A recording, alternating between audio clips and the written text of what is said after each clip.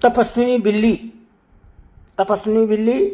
एक वन में एक पेड़ की खो में एक चकोर रहता था। उसी पेड़ के आसपास कई पेड़ और थे जिन पर फल और बीज उगते थे। उन फलों और बीजों को पेट भरकर चकोर मस्त पड़ा रहता था। इसी प्रकार कई वर्ष बीत गए। एक दिन उड़ते उड़ते एक अन्य चकोर आकर के उस पेड़ की किसी टहनी में बैठ गया। दोनों में बातें हुई।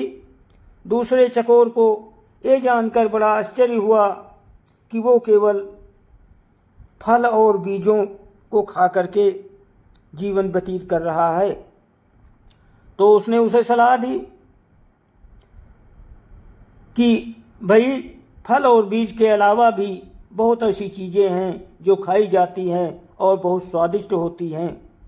फल व बीज जीवन गुजार रहे हो, दूसरी चीज़ें भी खा करके देखो। भाई, दुनिया में खाने के लिए केवल फल और बीज ही नहीं होते, और भी कई जो स्वादिष्ट चीज़ें हैं उन्हें भी खाना चाहिए।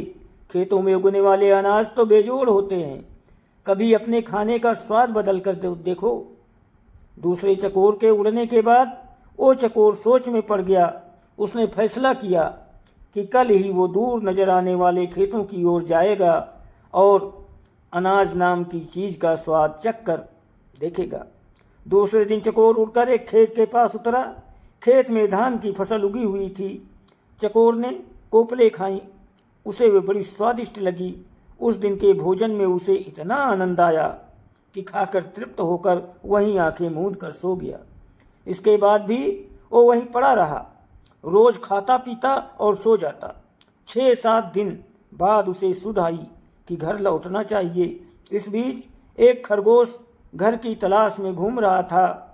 उस इलाके में जमीन के नीचे पानी भरने के कारण उसका बिल नष्ट हो गया था। वो उसी चकोर वाले पेड़ के पास आया और उसे खाली पाकर उसने उस पर अपना अधिकार जमा लिया और वहाँ रहने लगा। जब चकोर वापस लौटा तो उसने पाया कि उसके घर पर तो किसी और ने कब्जा कर लिया है।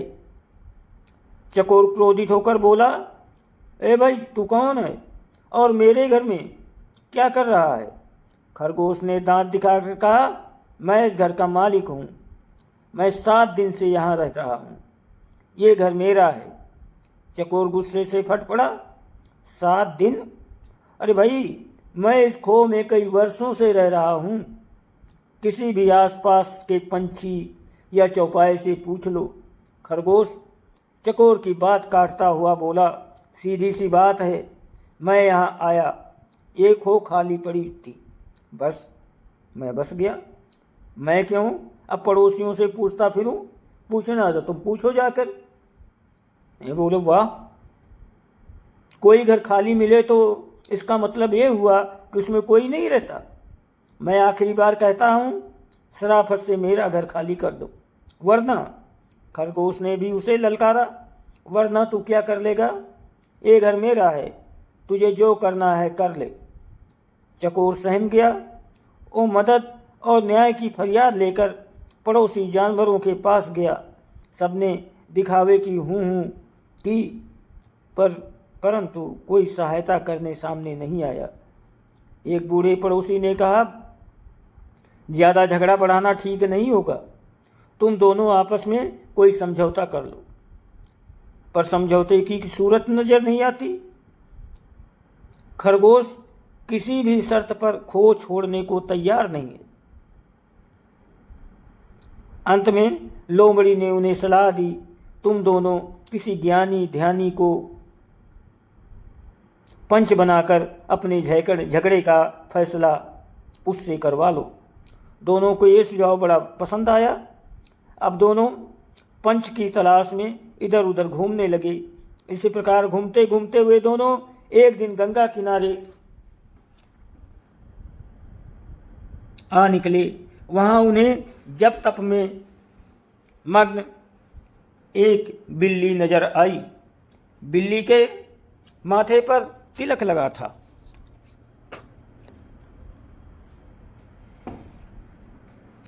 गले में जनेऊ, हाथ में माला लिए मृगशाल पर बैठी वो पूरी तपस्विनी लग रही थी। उसे देखकर चकोर व खरगोश खुशी से उछल पड़े और उन्हें भला इससे अच्छा ज्ञानी ध्यानी कहाँ मिलेगा।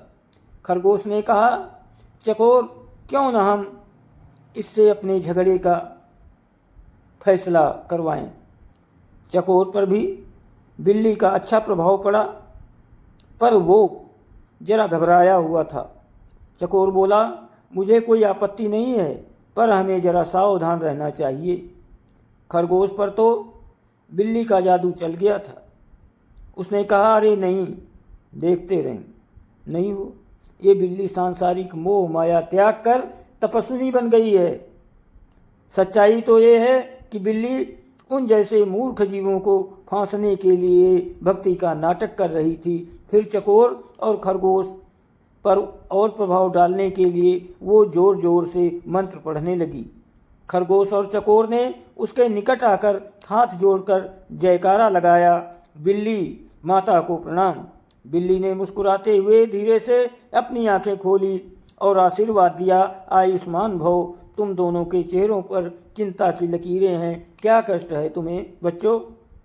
चकोर ने विनती की, माता, हम दोनों के बीच एक झगड़ा है, हम चाहते हैं कि आप उसका फैसला करें।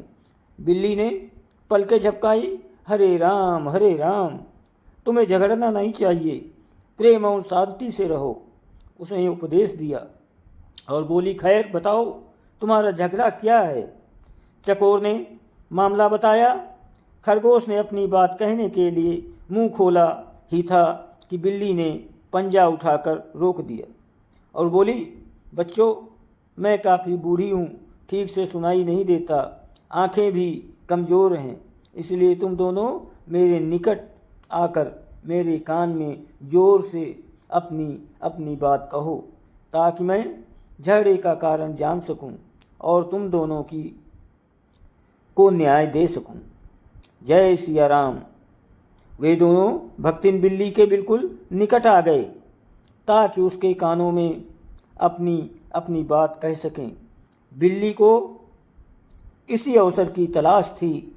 उसने म्याऊं की आवाज़ निकाली और एक ही झपट्टे में खरगोश और चकोर का काम तमाम कर दिया और आराम से उन्हें खाने लगी। दोस्तों, वीडियो को लाइक और सब्सक्राइब ज़रूर करें, आपकी बहुत मेहरबानी होगी। आप सभी को बहुत बहुत धन्यवाद। प्लीज़ लाइक सब्सक्राइब कर दो, 2 सेकंड लगेंगे, आपकी बहुत मेहरबानी होगी। आप सभी को धन्यवाद और प्रणाम।